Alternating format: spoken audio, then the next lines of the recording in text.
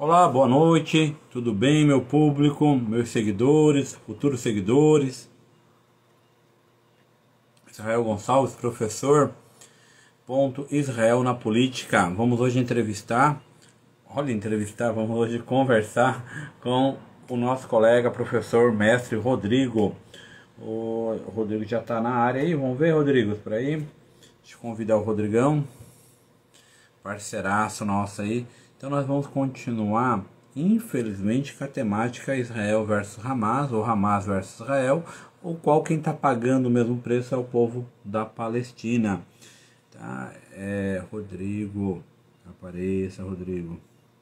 Tá aqui, ó. Entrar, deixa eu mandar um recadinho aqui para ele, tô com o meu computador aberto. Entra, guri. Né? Obrigado, Claudinei. Tudo bem contigo? Ó, essa live aqui, essa conversa vai ser sobre a questão geográfica, geopolítica da Palestina e de Israel. Rodrigo, tá convidado, veja se tu consegue entrar.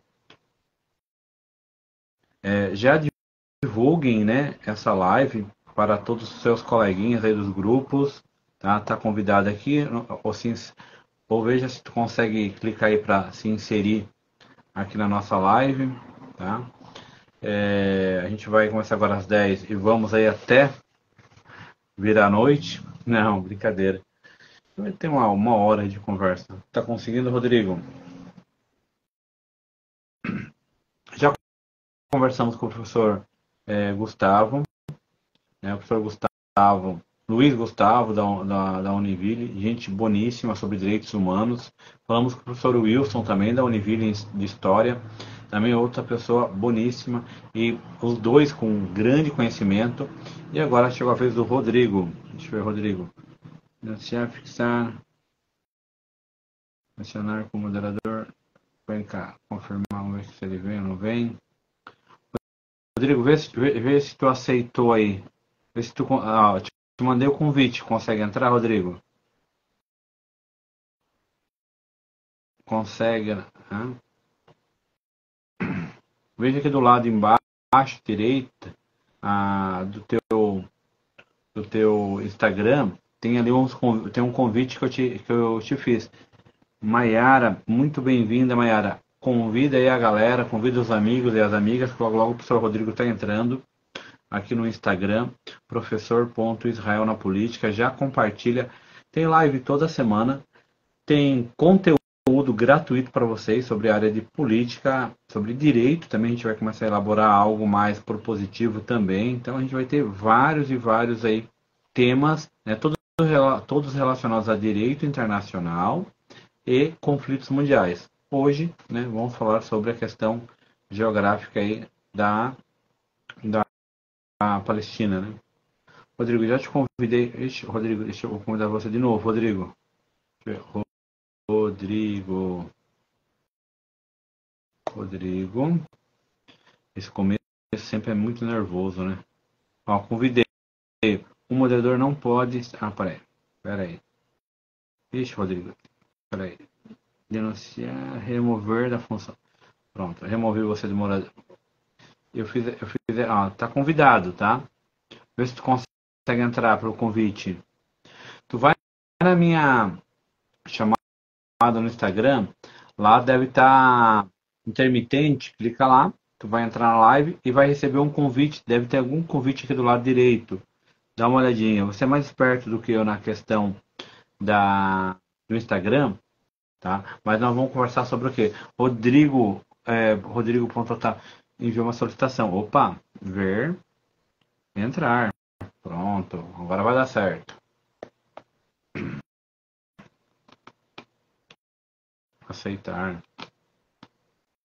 Você é mais esperto do que eu da Instagram, tá? Mas nós vamos. Pronto. Agora foi, Rodrigo.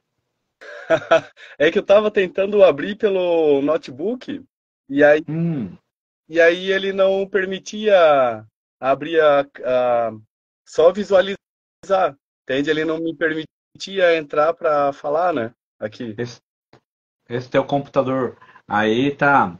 Tá complicado, hein? Mas pelo computador eu acredito que não entra mesmo. Mas conseguiu pelo celular, deu certo. Isso que é importante. Então, bem-vindo aqui à nossa conversa, né? Às vezes eu chamo de entrevista, mas o nome é conversa, porque eu não sou jornalista. E a minha ideia aqui não é fazer uma entrevista no sentido de, né, fazer questionamentos, né, que a gente possa constranger ou para um viés político partidário, nada disso. Aqui é uma conversa entre dois professores, né? O Rodrigo é meu amigo. A gente está ombro a ombro aí na Gibizatar, uma escola de excelência pública. E tem muita gente entrando, o professor Gustavo, Luiz Gustavo, ó, o Cauã, a Kelly. Nossa, uma galera, já estamos com 11 pessoas às 10h05. Geralmente a gente alcança isso mais tarde, então já estamos bombando aqui na live. Boa noite, professor Gustavo. Ó, o Rodrigo, ele é muita coisa, gente. Ele é professor de geografia, é geógrafo, ele é pai, ele é esposo, ele é camarada, ele é psicanalista, ele é mestre em geociência, ele tem projetos, ele gosta de ler, ele gosta de se instruir. Ele tem um perfil muito parecido comigo nessa parte, que assim, faz curso direto, é um cara curioso, inteligentíssimo, assim, parceiraço. Então, quando a gente fala em educação, eu lembro muito do seu nome, né, no sentido de que você faz acontecer, né, com projetos. E obrigado por aceitar esse desafio de falar sobre a geografia e geopolítica da Palestina. É um tema quente, né? E não se preocupa, Rodrigo. Dependendo com o que falar, tem gente que vai achar a gente mais à esquerda, mais à direita, mas o que nós queremos mesmo discutir é salvar vidas humanas, primeiro de tudo, em qualquer lado. Né? Toda guerra é uma guerra errada, né? No sentido de matar pessoas, crianças inocentes. Né? Toda guerra tem muita calamidade, muita matança, mas a gente quer que as pessoas se informem, né, Rodrigo? Eu acho que o nosso papel como professor é deixar as pessoas com conteúdo com qualidade. Eu tenho certeza que tu vai trazer esse conteúdo. Rodrigo, deixa eu parar de falar agora um pouco. Se apresenta, fale alguma coisa que eu não falei de você, quiser acrescentar. E eu já começo perguntando para você, né? O que é a Palestina? O que é o Estado de Israel, do ponto de vista da geografia, da geopolítica?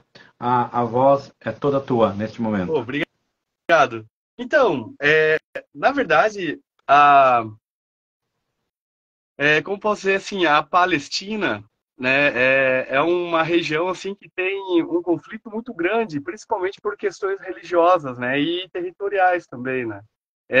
Sempre se falou da Palestina, mas ao mesmo tempo, como posso dizer assim, sempre ficava à margem das notícias, né. As pessoas se acostumaram com o que já estava acontecendo lá, né. Certo. Mas atualmente começou a chamar mais atenção, principalmente com alguns chamam até mesmo de terroristas, né?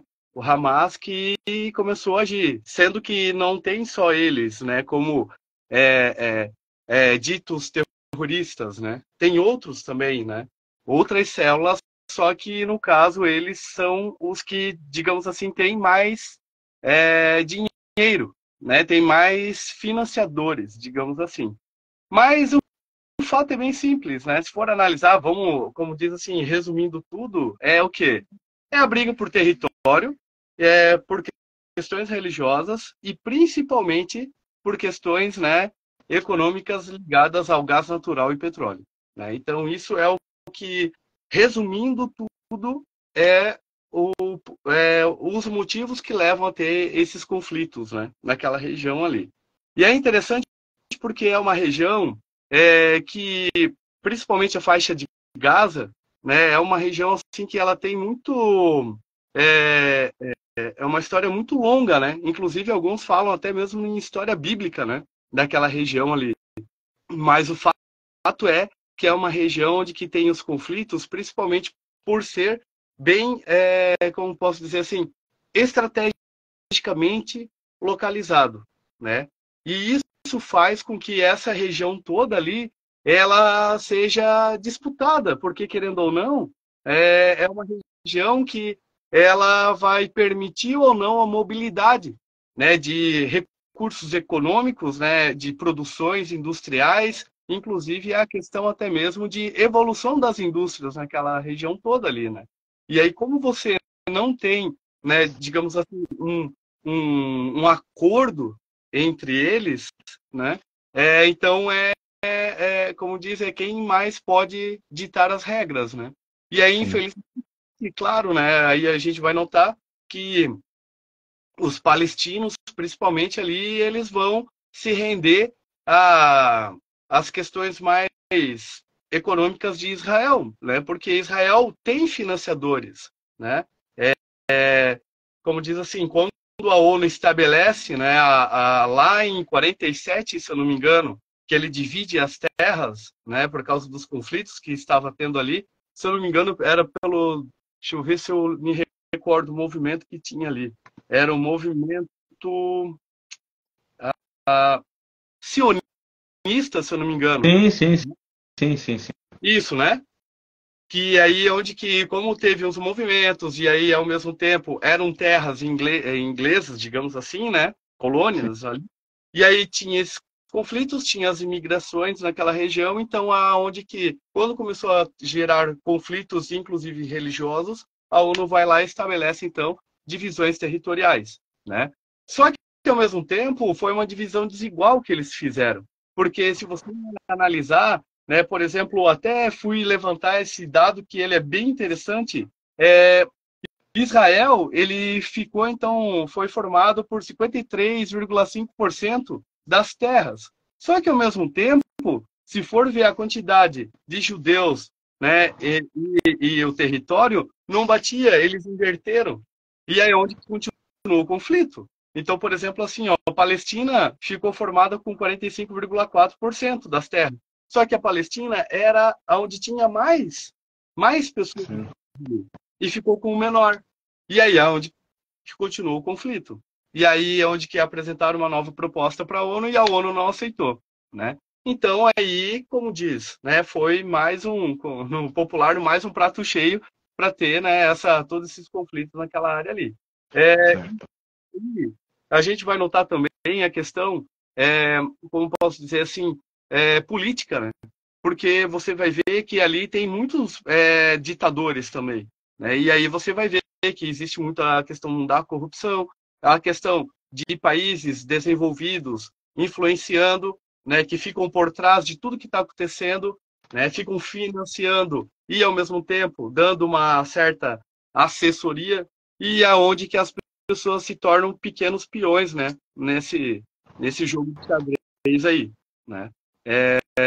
E aí, claro, né, tem a questão, por exemplo, até interessante porque a Palestina é uma das áreas que tem as maiores, inclusive os maiores aquíferos da região.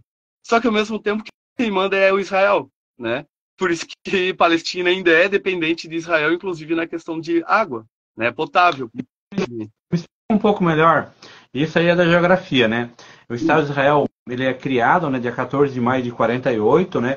Quem preside essa divisão é um brasileiro, Oswaldo Aranha, né, por coincidência, né? Mas também por muito trabalho, né? O Brasil sempre teve muito empenhado na ONU, né? E houve essa divisão desigual, né? É, Palestina de um lado, Israel do outro, né? Israel ele assume, viu o movimento nacionalista, essa empreitada política internacional, os árabes, né, que hoje a gente chama de povo palestino, a maioria é árabe, né, não aceitou essa divisão, então eles eram contra, além de ficarem com território menor, ficaram com território dividido, e nessa divisão, né, questões hidrográficas surgiram, né, essa divisão, tu olha o mapa lá, é bem pequenininho, Israel é pequeno, né, você me diz aí, comparado a algum município, algum estado, o tamanho de Israel, se tu lembrar. Mas nessa divisão, eu nunca me toquei nisso direito, assim, eu já pensei nisso, mas assim, tipo, e pesquisar, eu não pesquisei. Como é que fica essa questão? Porque lá é meio que tem um deserto ao sul gigante, né, mas boa parte daquela região ali é cercada de desertos, tem alguns planaltos ali, Isso. né, onde plantam, mas como é que ficou essa questão dessa divisão do ponto de vista dos rios e da água, que é tão importante para qualquer lugar do mundo, em especial naquela região árida? Então, vamos então só esclarecer para quem ainda não pegou a ideia, né, do que seria a Palestina. Então, a Palestina é um território no Oriente Médio, né, que tem ali principalmente digamos assim, a Cisjordânia, né? Você tem também a região ali como posso dizer assim, a faixa de Gaza, né? Naquela região.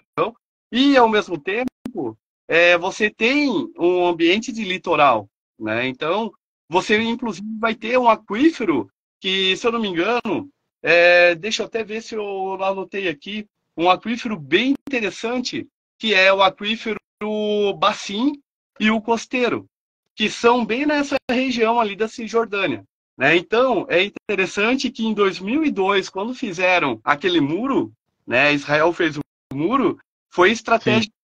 Por quê? Porque aí eles dominaram, né, a extração de água do aquífero Bassim e Costeiro.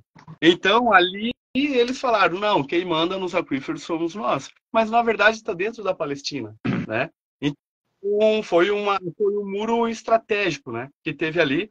E é uma região onde tem vários, como posso dizer assim, vários biomas, né, mas geralmente biomas ligados, né, a ambientes mais desérticos mesmo. Alguns pontos ali você vai ter uma umidade, né, um pouco maior, dependendo da estação do ano, porque você vai ter um índice pluviométrico, né, um índice de chuva um pouco maior, né, onde você vai ter, né, algumas plantações e tal, mas a grande maioria é por irrigação, a gente chama de irrigação subterrânea, né? É, como é muito quente, você não pode fazer uma irrigação como se fosse de jato de água, né, de pulverizar, porque aí você vai ter como fazer assim, uma evaporação muito grande, muito rápida, e aí você acaba queimando, né, as plantas, porque evapora realmente a água e ainda fica, né,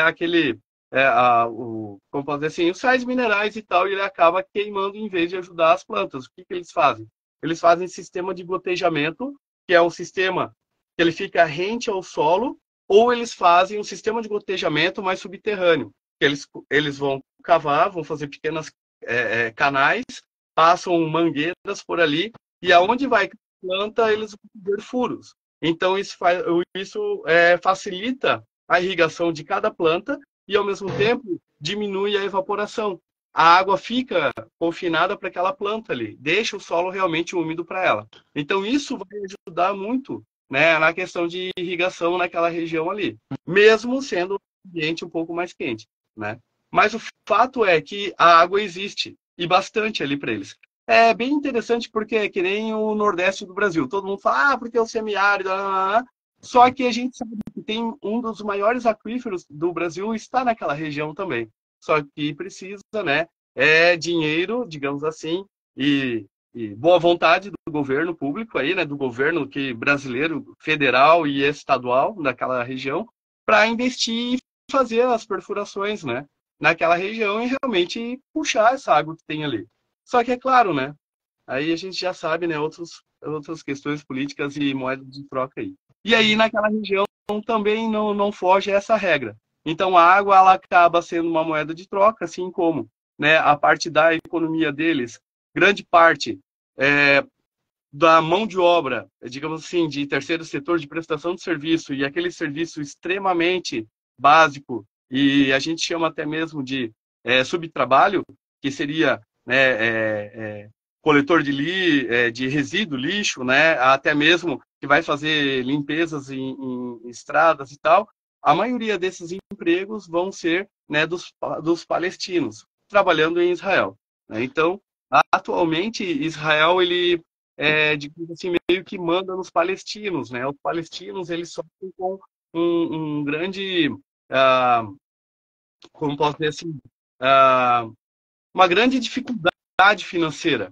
e social também, né? E então, assim, quando as pessoas começam a ver né? Eu gosto de assistir muito a CNN, e aí eu vejo assim que é, era para ser imparcial, mas às vezes ela mostra um pouco assim de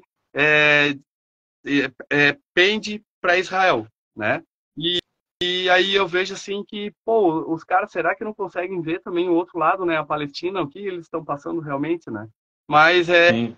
é complicado, como você colocou aquele artigo, nessa semana ainda, né? Que é mídia, né? Os caras querem Ibope, né? Querem estar com todo mundo ali. vendo, né, em tempo real tudo que está acontecendo.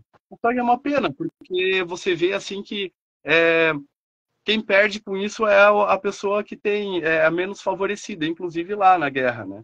É, mas eu vejo assim que a, como posso dizer assim, a Autoridade Nacional Palestina, né, que é a ANP que eles chamam, né, a autoridade, eles até tentam, né, mas não conseguem, porque não tem muita gente ao favor da Palestina, né, tanto que a Sim. gente assim que Rodrigo, Oi, pode ir.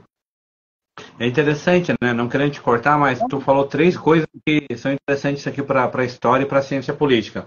Primeiro, a questão do muro, né? As pessoas, vocês, já chegamos aí a quase 20 pessoas vendo a nossa conversa, né? E depois vai ter mais pessoas no YouTube. Eu já deixei meu canal no YouTube aqui para vocês assistirem ou compartilharem, mas tanto a faixa de Gaza, mas em especial a faixa de Gaza, ela é 100% cercada de um muro de 9 metros de altura. E esse muro, segundo você mesmo falou, né, ele serve também para dividir, né, obviamente o território, né, mas também serve então para não ir água, né, ou para não chegar água até a faixa de Gaza. A Cisjordânia, então, Gaza é uma faixa que fica mais a leste, né, a Cisjordânia a oeste, mas a Cisjordânia não é cercada por um muro na sua totalidade, porque Israel, se murar, delimita um território, que é o território da Cisjordânia.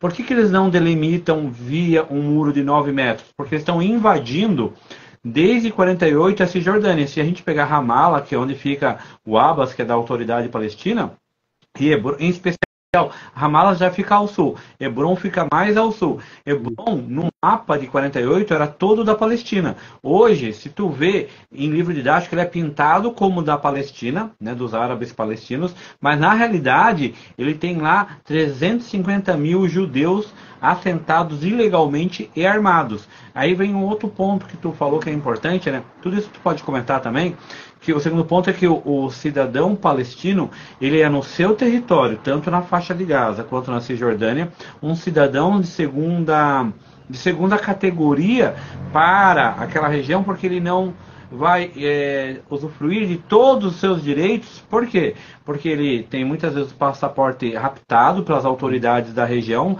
Em autoritário, o Hamas não é apenas um grupo terrorista, mas também ele é uma organização política autoritária. Deu um golpe em 2007, quando ele é eleito em 2006. Em 2007 ele dá um golpe e assume toda a região.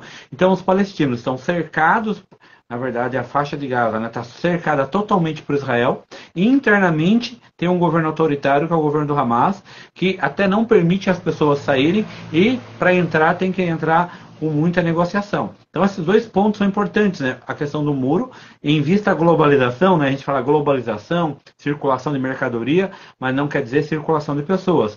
E essa questão, né, da cidadania. A gente fala em direitos humanos, fala em direito internacional da pessoa, fala em dignidade da pessoa humana, porém essas pessoas na Palestina são tratados como segunda categoria. E um terceiro ponto importante é que o Abbas, como autoridade do governo palestino, ele é um corrupto, né? Isso é bem evidente, os próprios palestinos acusam ele de corrupção. Ele ganha milhões de dólares do Catar, do Emirados Árabes Unidos, né, da região, dos Estados Unidos, também da Europa, porém faz muito pouco para o seu povo. Então os palestinos, eles não são como nós brasileiros, que a gente tem muito mais liberdade. Mas veja, o Brasil também, o Brasil é um país rico. A Palestina, se a gente percebe, poderia ser uma região, um país rico, né? Mas a questão da corrupção, das invasões israelenses, deixam aquele cenário muito conflituoso. Por que eu digo no Brasil? Porque o Brasil também podia ser um país extremamente rico, se não fosse a corrupção, extremamente menos violento, né? Uma extrema solidariedade, se não fosse a questão da violência policial, violência contra as mulheres, né? A pobreza endêmica. Imagina, né, Rodrigo? Tu falou do semiárido ali do Nordeste, mas no Brasil, um ano atrás, a gente tinha aí 30 milhões de pessoas, 32 milhões de pessoas, 32 milhões de habitantes passando fome ou em situações de vulnerabilidade, né? Então são situações dramáticas aqui também, né? Mas claro, o povo palestino sofre muito mais porque vive na mão dessas autoridades corruptas e autoritárias. em especial na faixa de Gaza, né? Sobre a população, como é que é essa população de Israel, essa população da faixa de Gaza, Palestina, né? Lembrando, só rapidinho, né, Rodrigo? Faixa de Gaza é governada ainda pelo Hamas e a Cisjordânia pela autoridade palestina. Então são governos que não se encontram como solidários um ao outro. Pelo contrário, são divergentes. Então, praticamente temos duas Palestinas. Isso.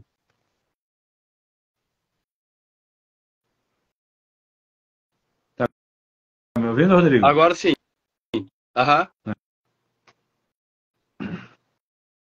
É que tá cortando um pouco o som. Ah, que pena. Aham. Agora voltou. Deixa eu ver aqui, ó. Eu vou, ó, Zelite, obrigado por participar. Stefane, Meire, Odair, Gabriel, Cacau, Anne, professora Anne, a Prito Calis. Uma galera entrou aí. Então, continuando, né? Só queria fazer levantar uma pequena situação. Vamos analisar o seguinte, né? Jerusalém está no meio disso tudo, né? E considerando que Jerusalém, bem dizer, é uma terra, né, sagrada para três grandes religiões, né, no mundo, que é cristão, digamos assim, né? Que seria então o cristianismo, né, que está ali, que é muito forte mundialmente. Aí temos o islamismo e o judaísmo, né, que está tudo ali no mesmo. E aí vamos analisar outra situação, que aí eu fiz um levantamento aqui breve da extensão territorial da Palestina nos dados da ONU, que foi o último levantamento que eles fizeram em 2020 da pandemia ali, né, um pouquinho antes ali. Então a Palestina hoje ela tem um território de digamos assim, de 6.020 aproximadamente quilômetros quadrados. Não é grande em relação, né, a toda aquela faixa ali, né, de terra. Mas, ao mesmo tempo, se a gente parar para analisar a população palestina, ele está beirando mais de 5 milhões, né, de habitantes, conforme, né, os dados do Escritório Central de Estatística da Palestina, que eles fizeram também o levantamento de 2020. Então, assim, se você parar para analisar, né, o território palestino e a quantidade de pessoas que tem ali, né, inclusive as questões, né, religiosas que tem ali, ao mesmo tempo, a questão econômica, que é bem precária também. Como disse, são todos ingredientes, né, para ter como diz, um grande problema lá na frente, né? Porque a gente sabe que a questão econômica ela pesa muito para criar conflitos sociais também, e civil, né? Inclusive uma guerra civil. Questões religiosas, a mesma coisa. Se a gente parar para analisar o princípio de um terrorismo, é isso, né? Principalmente questão política e a questão religiosa, de não entender o que está acontecendo e querer impor aquilo que acredita, né? Então, agora imagina, isso tudo em um território de 6.000 quilômetros quadrados aproximadamente. 6.000? 6.000 daria o quê? Assim, pensando no município, sei lá, não sei também. Então, pesquisa aí, a galera que está aí assistindo, pesquisa aí. 6.000 quilômetros quadrados, o que seria um município aí? Cara, 6.000 quilômetros quadrados, 6.000. É difícil, né? Difícil. De cabeça, assim, eu não sei agora, não. Israel eu sou maior número, tanto que eu tenho que anotar número. Israel é o total do. E outra questão interessante é a densidade demográfica deles, que fica em torno de 857 habitantes por quilômetro quadrado. Então, se a gente parar para analisar, é um território que, for analisar, ele é meio mal distribuído, digamos assim, né, a população, né? Por quê? Por causa das questões climáticas e também de território, né? A questão do próprio solo, tipo de solo, porque nem em todo lugar que dá para plantar, nem todo lugar que você vai ter acesso à água, nem em todo lugar você vai ter o básico do básico de infraestrutura, né? Então, isso faz com que crie pequenas comunidades, pequenos vilarejos e até mesmo pequenos centros naquela região ali, né? Então, é interessante que a Palestina é uma região onde que a gente pode dizer que tem muita gente tendo interesse. Quer ver? Eu vou levantar um dado rapidinho para ti. Saiu um levantamento da ONU também falando sobre a questão petrolífera e de gás natural naquela região. E aí eles descobriram uma nova bacia de gás natural e de petróleo lá, que é a bacia de Levante, que eles chamam.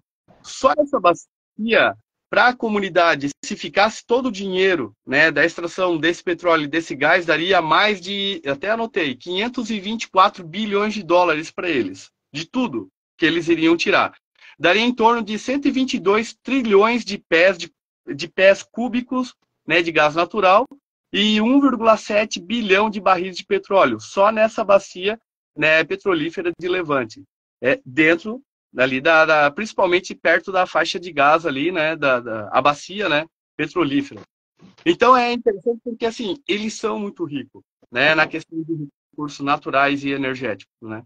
Só que ao mesmo tempo não tem esse olhar de querer realmente investir nas pessoas que moram ali. Porque quem está de olho nisso tudo é os países de primeiro mundo, os que mais utilizam, né, esses recursos naturais. Então, não adianta quando falam, né? Por exemplo, assim, vamos analisar rapidamente. Guerra de Rússia e Ucrânia, né? Ela vai durar ainda um tempão. Por quê? Porque se analisar o que os caras têm ali de interesse, outros países, principalmente a União Europeia ali e até mesmo, né, Estados Unidos, é assim, não tem, mais a questão de comércio exterior, commodities, né, não tem muito o que falar, né, dali. Claro que o que a Rússia quer da Ucrânia? Quer principalmente aquela passagem ali para os portos, né? Porque a Ucrânia agora não permite mais. Então, a Rússia não vai fazer toda a volta no território russo para ir lá criar um porto lá do outro lado no Pacífico, né?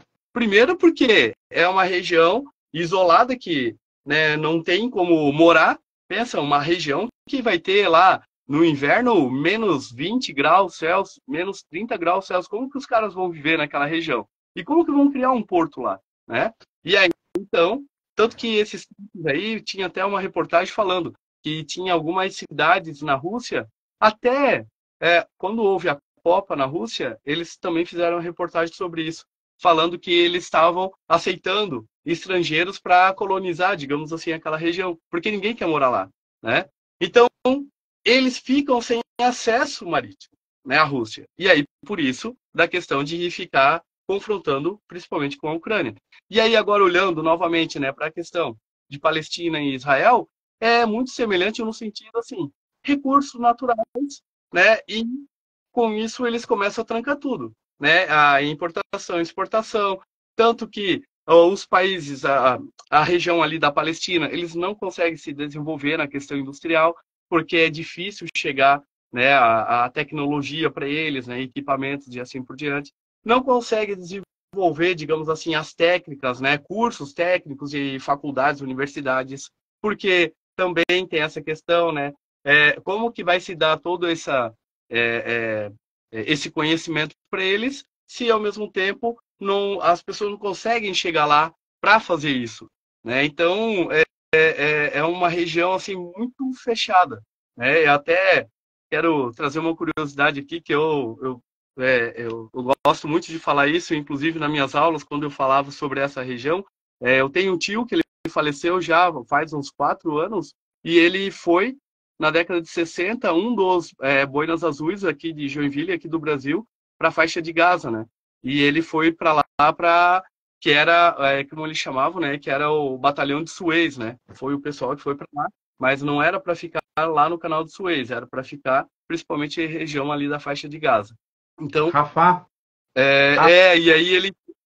Inclusive eu tenho várias fotos ainda, postais da época que ele sempre mandava. Ele ficou 2 anos e pouquinho, mais ou menos, lá. E aí a minha juventude, assim, né, eu consegui ter muitas conversas com ele, né? E ele falava muito de lá, como era, ele perdeu amigos em pequenos conflitos que tinham, né? E ele falava que era algo assim que era internalizado já na população, sabe? De nascer, né? já está dentro da educação das crianças que tem que ter esse conflito, tem que buscar as terras, tem que ir, aquilo é deles, né? Como até mesmo na Bíblia fala, né, que é a terra sagrada, se não me engano, né?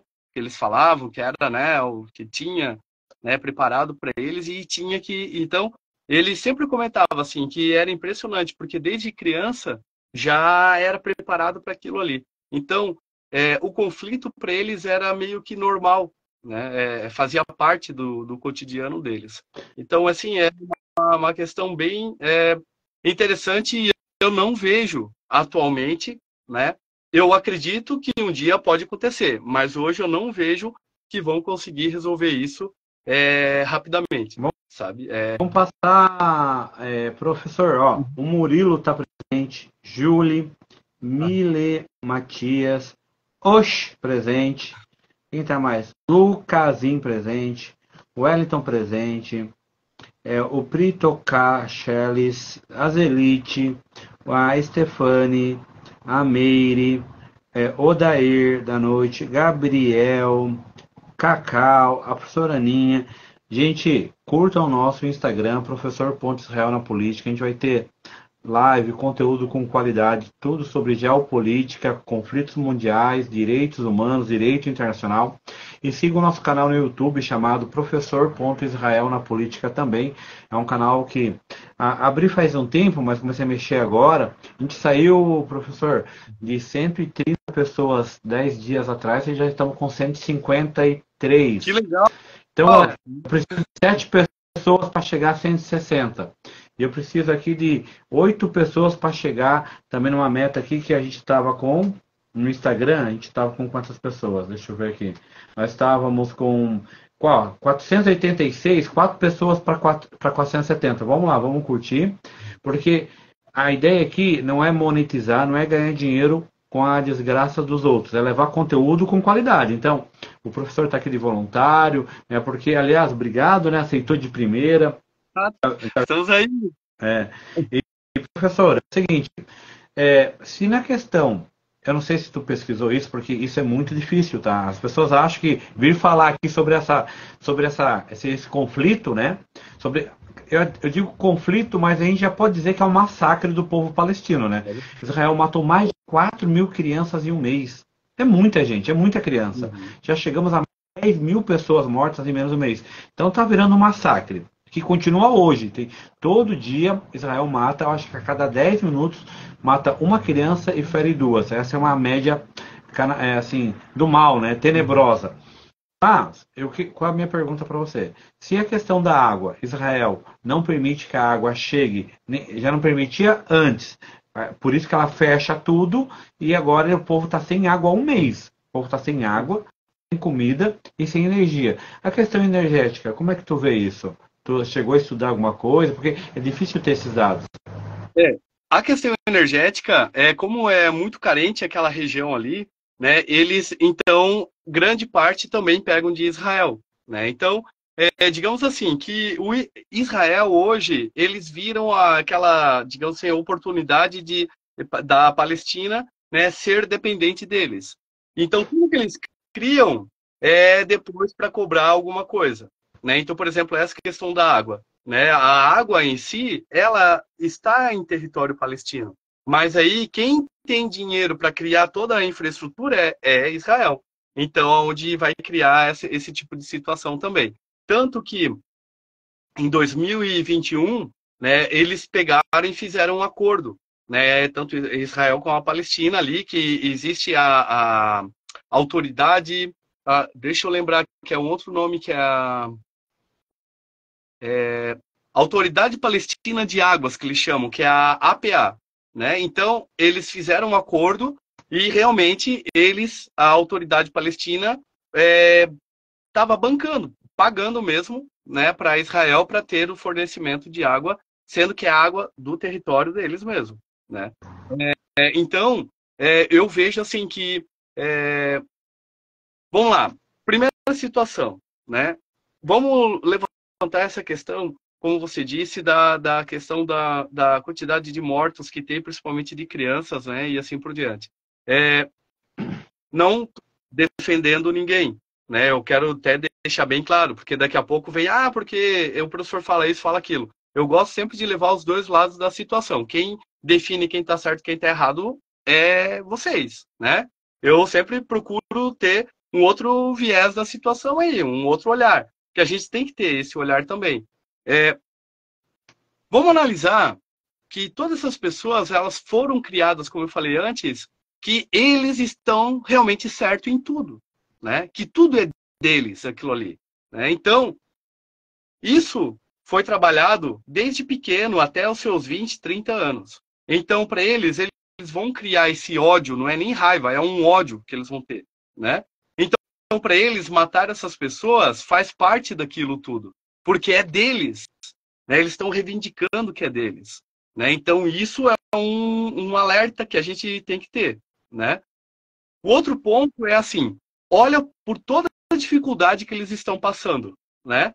O matar, né, é aquela situação assim, eu já não tenho mais nada, né?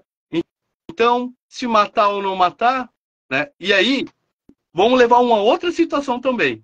Aquele pai que pega o seu filho, né, de 3, 4 anos, morto nos braços, que caiu uma bomba na casa dele, né, e olha para o lado e vê a sua esposa morta, porque caiu a parede da casa em cima dela, o que tu acha que esse pai vai pensar, né? Será que ele vai dizer assim, não, eles precisavam realmente ter feito isso? Também tem isso. Então, por isso que eu falo assim, nós temos que analisar vários pontos de vista, né? Nós temos que analisar o todo e não simplesmente uma situação, né? Como eu falei, não estou defendendo, mas são situações que acontecem lá, né? Com E aí, certeza. né? E aí, voltando então a essa questão da água e da energia. Atualmente, principalmente a faixa de Gaza, né, já foi feito vários estudos na questão de energia eólica e tem como colocar as torres lá, né? O fluxo de vento lá, ele é um fluxo contínuo, então tem como você gerar energia eólica naquela região. Mas quem que vai pagar por isso, né? Já começa por aí. A questão de energia de usina hidrelétrica é mais difícil e complicado. Por quê? Porque os rios que tem lá não são encaixoeirados. Então, a energia gerada lá é baixa dos rios. Então, você não tem como gerar, né, a energia elétrica daquilo ali. Você precisa ter rio cachoeirado para você ter um fluxo maior, você criar a represa e toda aquela situação para uma usina hidrelétrica. Inclusive, né, a questão, né, digamos assim, de declividade mesmo, né, do terreno, né? Então, esse é um problema para a questão de ter realmente, né, uma usina hidrelétrica naquelas regiões. Rio tem, né? Mas o fato é, como que vão pagar por isso, né? Alguém teria que investir. Sei lá, Banco Mundial, ONU, através lá dos seus cofres que tem aí, né, dos seus financiamentos, enfim. Mas o fato realmente a Palestina, assim, ela se encontra num momento bem delicado no sentido econômico, né, o próprio país, o PIB deles é baixíssimo, né, então é difícil de fazerem, criar toda uma infraestrutura com baixo PIB, né, inclusive até a renda per capita, né, da população. Então eu vejo assim que só conseguiria dar a volta por cima, digamos assim, no sentido de ter financiamentos externos e, ao mesmo tempo, aos poucos, ir trabalhando, né, essa questão do ódio que existe, né? Lembrando que nem todo palestino também tem esse ódio, né? Nós sabemos que tem várias células terroristas, inclusive a que mais se sobressai também, né? O Hamas, que a gente está vendo, né? Realmente ali existe o ódio, tanto que eles recrutam desde pequeno já também, né? Para ser, né, digamos assim, um integrante da célula. Mas o fato é, né? Como que pode ser feito tudo isso? E quem faria isso, né? Sim. Porque hoje é mais fácil ficar próximo de Israel, porque Israel já tem toda uma estrutura, já tem toda uma economia, digamos assim, um pouco mais estabilizada, né? Consegue fazer acordos. né, internacionais, assim por diante. Pode falar. Só para dar um recado importante aqui, ó. A professora Aninha falou que nós somos top, ela também é top, a nossa professora lá do Najib Zata, ela está aqui com nós. A, Mi- a Milene Matias também falou que orgulho desses professores. Orgulho somos nós que temos vocês aí junto do nosso lado, aula a aula, né? Nos intervalos também conversando. Então é muito bacana saber que tem uma turma aí muito especial curtindo a gente, ó. Galvão entrou, Lucasinho entrou, eu tô aqui do ladinho lendo, né? Ó, a Fernanda entrou, Julie, tá? A Mili Matias já falei. Eu não, ó, curtam o nosso canal, Professor Ponto Israel na Política, vai ter live toda semana. Tem no YouTube também, Professor Ponto Israel na Política, tem vídeo lá. Esse vídeo vai para lá também. Então veja que o que o professor o Rodrigo está trazendo são coisas inéditas. Eu não, é difícil achar esses dados. Tem que, tem que pesquisar. Não tem livro didático. Nas outras lives, tanto o professor Luiz Gustavo trouxe vários elementos importantes que são diferentes e colaboram com o que o professor Rodrigo está falando. O professor Wilson fez uma parte histórica importante, mas veja que são dados que você não vai ver na CNN, na Globo. Eu acho que tem que assistir Globo News, CNN News, para a gente entender como a coisa é parcial. Porque eu também acredito que a gente tem que mostrar os vários ângulos de um processo, mas eu tenho uma parcialidade. Eu sempre falo, se você está matando, você tem alguma coisa errada. Então, assim, quando você tem lá, eu sou contra o Hamas, e claro que tu também é contra, né? Eu até já escrevi isso, quanto menos grupos terroristas existir no mundo, melhor para nós. Ninguém aqui coaduna com um grupo terrorista. O que o Hamas fez tem que ser punido.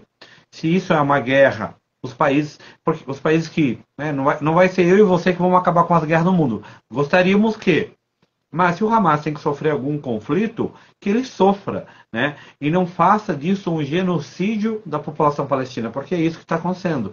Se a gente pegar a Declaração dos Direitos Humanos, o Tratado de Londres, o Tratado de Roma, os Tratados de Guerra de Genebra, todos esses tratados vão tentar, no máximo, salvar os civis. O que Israel está fazendo é matando os civis de forma deliberada.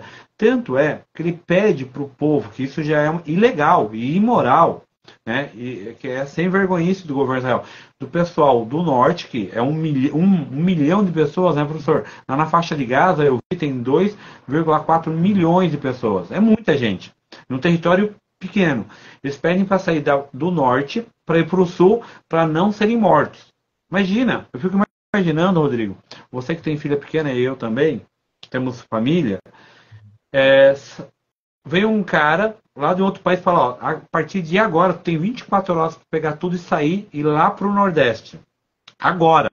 Uhum. Tem 24 horas. Por quê? Não, porque um grupo do teu país nos atacou e a gente vai tirar tudo, vai destruir tudo. Mas, cara, tá a minha vida aqui. Eu tenho 40 e poucos anos e eu construí minha vida aqui. Não, tu vai perder tudo. Só que tu chega no local aonde é para ir, só com mala e cuia, como se diz, lá também é bombardeado. É isso que está acontecendo em Gaza. E se isso está acontecendo, se um país pede para uma população de 1 milhão de pessoas, que a maioria é criança, sair de um lugar para o outro, já é crime de guerra. E se tu bombardeia para onde tu mandou elas aí, já é genocídio. Isso é muito evidente. E a mídia, se ela quiser dar uma de isentona, como ela está dando, na verdade ela está protegendo Israel. Isso eu provo lá no artigo, né? E os Instagrams também, é por isso que a gente tem que ter conteúdo no Instagram. Porque os Instagrams, os maiores Instagrams sobre questões militares são pró-Israel. Então eles não estão falando de notícias, eles estão fazendo política. Então, como é que tu vê a geopolítica na região também? Eu vejo assim que a questão política naquela região, ela é bem, digamos assim, bem definida, né? Israel é ligado diretamente com a ONU e países que estão ali, que pertencem, né, a essa organização. E o Brasil, né, que aí eu gosto também, é mania, né, da gente aí, né, do pessoal aí que trabalha com história, geografia, ciências humanas aí, gosta de fazer essa comparação, né, mundial e o local, né, onde a gente mora. O Brasil vai sofrer muito, principalmente com as commodities, né? Com a parte de mineração, grãos e assim por diante. Não por causa que ele vai diretamente, né, oferecer, digamos assim, ou vender, ou até mesmo comprar de Israel e toda aquela região. Mas é por causa dos valores que aí vai ter, né? Principalmente da bolsa, né?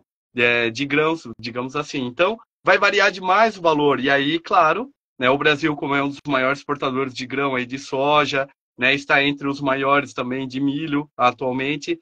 E aí o Brasil vai também sofrer uma queda significativa nisso tudo.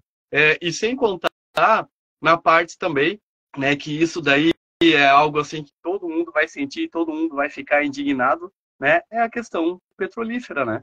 Então o valor do barril do petróleo vai lá para cima, e aí a gente vai ter o que aconteceu lá na década de 70, né, quando houve lá do Iraque, não sei se tu lembra, que é aí onde que criaram o álcool, né, aqui no Brasil, né? Por quê?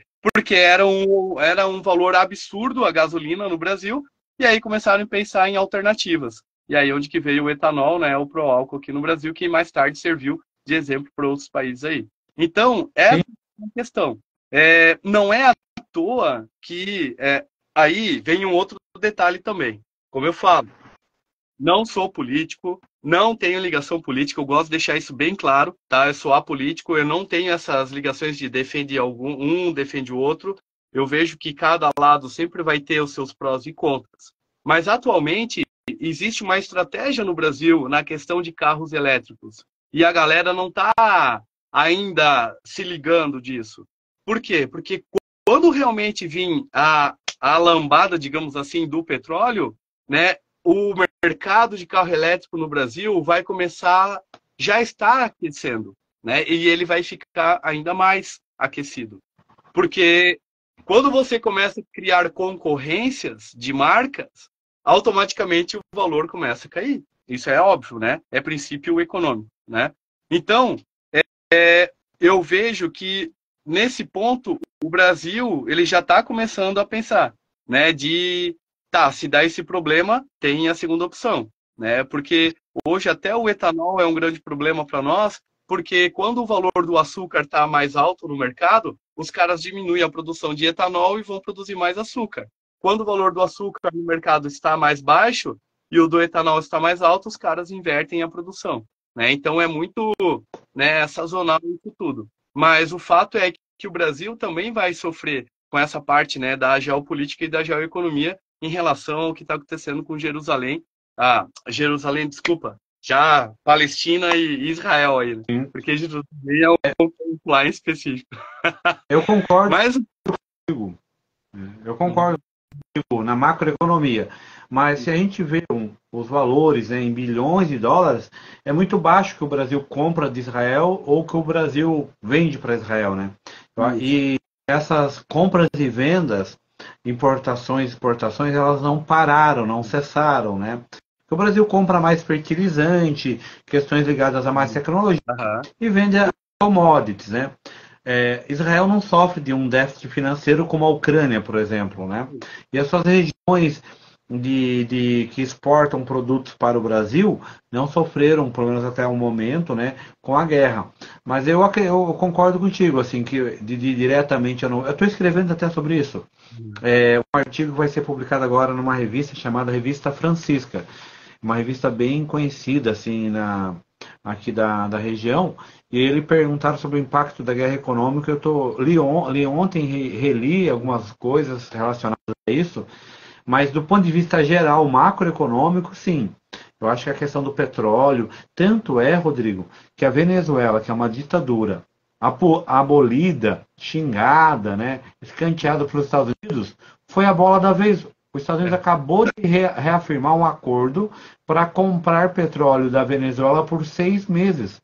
Ou seja, quando a coisa aperta, o teu inimigo deixa de ser inimigo, agora vira um amigo, né? Então, esse jogo, as pessoas têm que ficar espertas para analisar, né? Israel é um país invasor da Cisjordânia e cerca a faixa de Gaza. Então, não faz sentido nenhum, né, dizer que Israel sofre com o povo palestino. Sofreu, e tem que responsabilizar o Hamas por um atentado daquela magnitude, né? Matar mais de 1.000 pessoas, assassinar crianças também, matar a população civil. Isso tem que ser punido, tem que ser, né, de forma dura mesmo, qualquer crime, né? Mas não dá de matar a população civil e não dá água, né, para as crianças, não dá comida, né, que não tem nada a ver com isso, né? Sofrem também, né? Então é um povo que sofre muito. Professor Rodrigo, queria que tu pensasse em umas considerações finais, ou fizesse uma pergunta para você mesmo responder, porque como eu não, a gente pensa algumas perguntas e tal, mas talvez tu tenha preparado algo que eu não consegui te perguntar, tu não conseguiu falar. Aproveita aí para falar. E vamos ver quem está participando rapidamente, só para passar a bola para vocês. Ó. O A. Eduardo, o Luiz Schomeler, a Fernanda Mello, a Larry 047. Olha, tem uma turma muito bacana aqui. Deixa eu ver se eu vejo mais alguém aqui. O Luiz está aqui, já citei. O Galvão, já citei. Então, uma turma bacana. Muito obrigado pela participação de todos. Sigam o nosso Instagram, Professores Pontos Real na Política, e o nosso YouTube também, Professor Pontos Real na Política. Rodrigo, a voz é tua. Não, eu até queria ver contigo, assim, também, o que tu acha. Eu estava ouvindo essa semana aí sobre a questão do Irã, né, e de ele entrar, talvez entrar como, né, um coadjuvante na história toda, né, e aí eu estava até pensando assim, cara, se realmente for verdade isso e o Irã entrar, aí o negócio começa a se tornar, ou melhor assim, ele começa a tomar um tamanho bem maior, né, na história toda aí, né, essa guerra toda. E inclusive nessa questão econômica, principalmente, porque se o Irã realmente entra, né, nisso tudo, eu não penso nem na questão política em si, no primeiro momento. Já vou direto na questão econômica, porque é onde que vai respingar aqui na América, né? Independência, América Central, América do Sul, América do Norte, porque até na Central, por causa, né, dos portos e tal que tem ali, né? E as produções também que tem, agrícolas principalmente. Mas eu digo assim, na questão até mesmo de questão energética, né? Combustível, né, fóssil ali. O que você chegou a ouvir um pouco mais sobre isso? Porque eu pesquisei, mas era assim, de fonte que não tinha muita, assim, eu não botei muita fé, sabe? Aí eu não, aí até pensei, vou ver se o Israel viu alguma coisa a mais sobre isso, né, do Irã. Para ser bem sincero, eu não acredito que o Irã vai entrar em guerra, porque o Irã não tem capacidade bélica para atacar nenhum país, assim, de fato, né? Pode ser ali que tu sabe também, né? Eles podem ali atacar os curdos, que também não tem um estado, é uma nação. Eles podem patrocinar o Hezbollah, o Hamas, o IEM ali, né? Eles podem patrocinar algumas guerrilhas, algumas guerras. Tanto é que os Houthis que estão no IEM, que apoiam o Irã e recebem arma do Irã, eles estão em guerra, se não me engano, desde 2014. Vai fazer 10 anos e eles não ganharam a guerra. Então o Irã ele tem muita força política, ele tem muita inserção nessas regiões, mas militarmente ele é muito fraco. Para ter ideia, eu acho que foi na pandemia, a inteligência Israel descobriu que o Irã estava produzindo já uma tecnologia para enriquecer urânio, para uma futura bomba nuclear que eles falam que é para energia. Israel, com a sua inteligência, mandou vírus para essa usina e explodiu essa usina, né, ou partes dessa usina. Então o Irã, eu até o brinco, o Irã é de dar chilique, é aquele que vai berrar, vai falar, vai dizer o quê, mas não tem como entrar. Eles sabem que vão perder. E é um sistema corrupto, é um sistema teocrático, fundamentalista, e que eu não coaduno também. Porém, eles são radicais, mas são burros. Então eu acredito que o Irã não entra de forma direta. Uhum. Mas eu acredito que aí vem uma questão política partidária, uma questão capitalista e uma questão de mídia.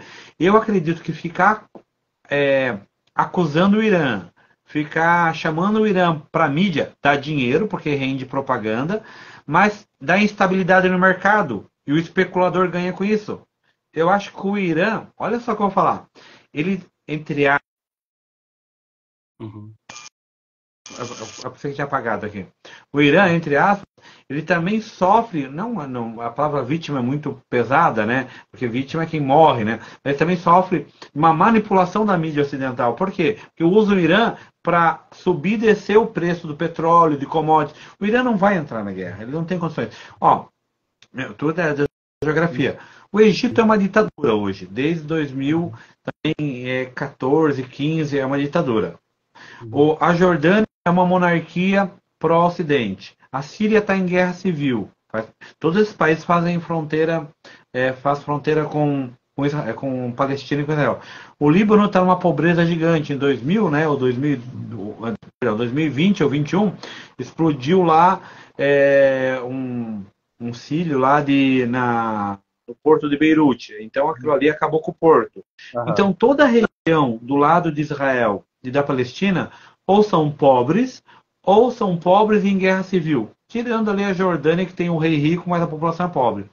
Em volta, Iraque está numa guerra civil. Tem três etnias lutando pelo poder e tem uma certa estabilidade porque os Estados Unidos foi lá, invadiu, não conseguiu vencer, saiu, mas mantém base militar.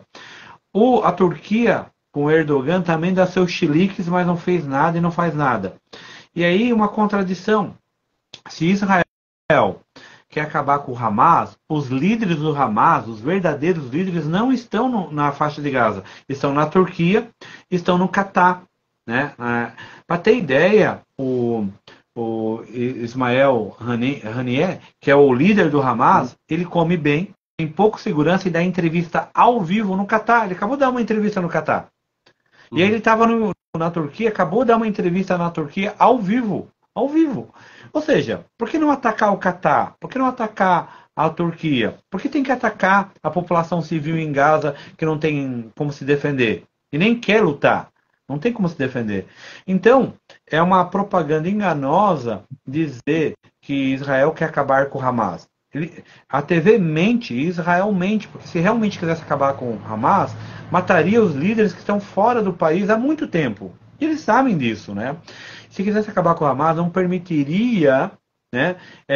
Porque o Netanyahu está desde 2009 no poder. O Hezbollah, o Hamas desde 2007. E o Netanyahu ele fez vista grossa para o Hamas, porque tendo o Hamas na faixa de Gaza e tendo a autoridade palestina, né, o Abbas, na Cisjordânia, criava duas Palestinas, eles nunca iam se unir. Então, Israel ele fomentou a divisão da Palestina, ele fez vista grossa para o Hamas, de certa maneira não vai atacar nem o Catar nem a Turquia, porque são dois países pró-Ocidente. Então, a questão do petróleo vai ser mais especulação com relação ao Irã e com relação a esses países, eu acho que não vai ter movimentos bruscos. Talvez ali o Hezbollah, que está no sul do Líbano, no norte de Israel, faça alguns ataques, contra-ataques, mas vai ficar nisso. A gente vai ver. E essa é a tragédia, né? Que eu escrevi no texto, né? O horror virou um espetáculo. Vai ser um carnaval na TV. Um míssil caiu, olha o tanque de guerra, olha o soldado armado ali em Gaza, agora ocuparam o território. Vai ser tipo um carnaval, um samba, né, do horror com o povo palestino que já sofre muito, né? E essas especulações de países como Irã, Turquia, é mais para movimentar o mercado e dar um dinheiro a mais aí para o especulador mundial, né, professor? É verdade. 11 horas, professor. Fala aí as suas considerações. Eu só posso indicar dois livros que eu tenho aqui só para quem gostou e quer entender mais sobre a questão da história de Israel, tá? Uma é essa coleção aqui, ó, que é Grandes Livros da Religião, que é a história das religiões, é da editora Folio, tá? Ele, se eu não me engano, ele é de 2003, 2004. Ele é um livro bem ilustrado. Isso, de 2008, né? É um livro bem ilustrado, bem legal, que conta toda a história da religião. Esse volume aqui, especificamente, né, as religiões daquela região ali do Oriente Médio. E a mesma editora tem este livro aqui, ó, que é o livro que conta a história de Israel, especificamente de Israel. né? Então é um livro da editora Folio também. Ele é de 2007 e aí ele também traz muitas imagens e tal, contando toda a evolução daquela região ali, né? Então é um livro que você vai encontrar em qualquer loja online aí também, né? E é bem interessante quem gosta aí, o pessoal da graduação, teus alunos da graduação aí, ó, é uma ótima dica aí também. Beleza? Obrigado, Rodrigo. Ó, rapidamente aqui também outros dois livros, Assustadora História do Terrorismo, né, do Caleb Carr, que eu estou lendo umas partes, não li ele todo ainda, mas eu achei bem interessante. E sobre terrorismo também, Ataques Terroristas, né, do Annie Williams e Viviane Ead, A Face Oculta da Vulnerabilidade. Esses dois livros mostram que existe uma coisa também chamada, professor Rodrigo, terrorismo de Estado.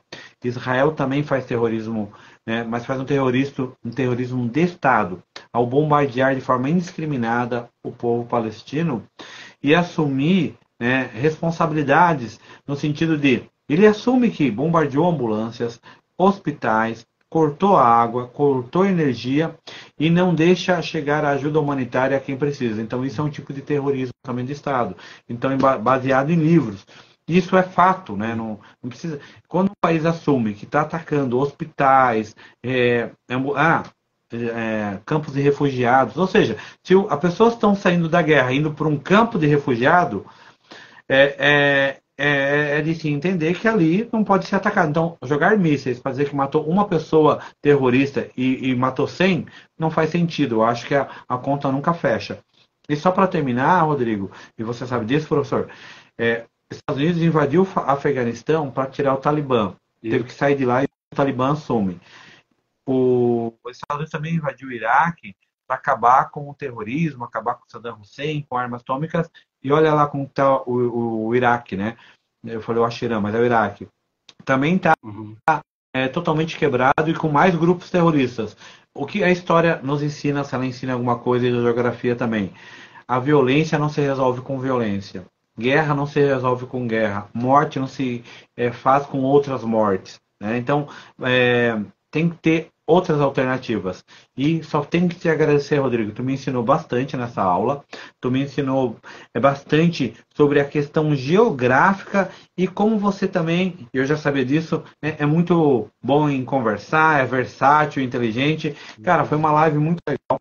Eu até estou aqui falando, mas ó, 11h07, a gente vai até meia-noite se deixar. Já está convidado para uma próxima live. E para terminar, essa live é de um grupo de estudo e de pesquisa sobre direito internacional e conflitos mundiais. Tem alunos da Inesa, tem alunos da Univille, tem alunos de outras faculdades da região.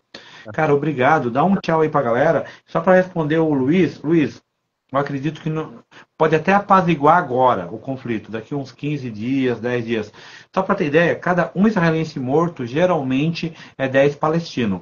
Estamos no número de 10 mil. Quando chegar uns 15 mil, é um número do terror, horrível. Uns 15 mil palestinos, eu acho que eles vão tentar chegar num acordo, infelizmente. Tá? Vai ter que ter muitas mortes ainda para apaziguar, mas o conflito eu acho que não acaba nem hoje, nem amanhã, vai demorar muito tempo. Eu acho que isso também é uma palavra já que o professor disse aqui. Eu acho que vai demorar esse conflito para ser resolvido.